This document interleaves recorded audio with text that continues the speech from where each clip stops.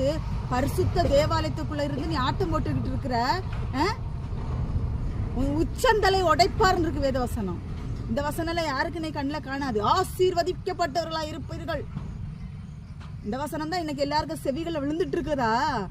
நம்பாதீங்க, நம்பாதீங்க. இது ஆசீர்வாதமா இருக்கக்கூடிய காலம் கிடையாது. பரிசுத்தமாய் வாழக்கூடிய காலம் இது. பரிசுத்தமா வாழ்ந்தா நித்திய ராஜ்யத்துக்குள்ள போகலாம். நன்மையும் செவ்வையுமான பாதைகளை உங்களை யார் நடத்துகிறார்களோ அந்த இடம் தான் பரிசுத்தமான இடம்.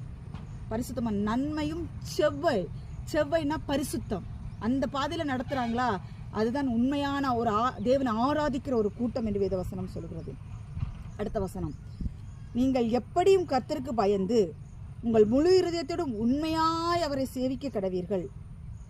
எப்படியும் நீங்கள் எப்படியும் போட்டிருக்கு. எப்படியாவது நீ பரிசுத்தமா வாழ்ந்துரு. எப்படியாவது நீ பரிசுத்தமாய் வாழ்ந்துரு. தேவனுக்கு பிரியமாய் நீ வாழ்ந்துரு.